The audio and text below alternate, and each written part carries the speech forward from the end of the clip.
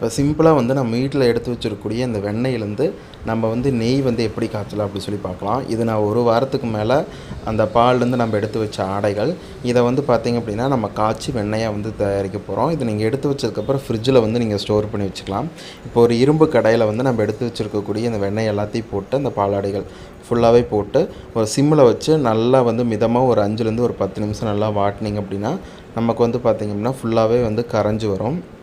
இப்போ நீங்கள் வீடியோ பதிவில் வந்து பார்க்கலாம் எந்த அளவுக்கு வந்துட்டு அந்த எண்ணெய் வந்து தனியாக நெய் ஃபுல்லாகவே பிரிஞ்சு வருதுன்னு அப்படின்னு சொல்லி பார்க்கலாம். இதுக்கு வந்து நீங்கள் முருங்கை இலையோ இல்லை கருவேப்பிலை இலைகளோ நமக்கு கிடச்சிது அப்படின்னா அதை வந்து நீங்கள் கூட வந்து ஆட் பண்ணிக்கலாம்.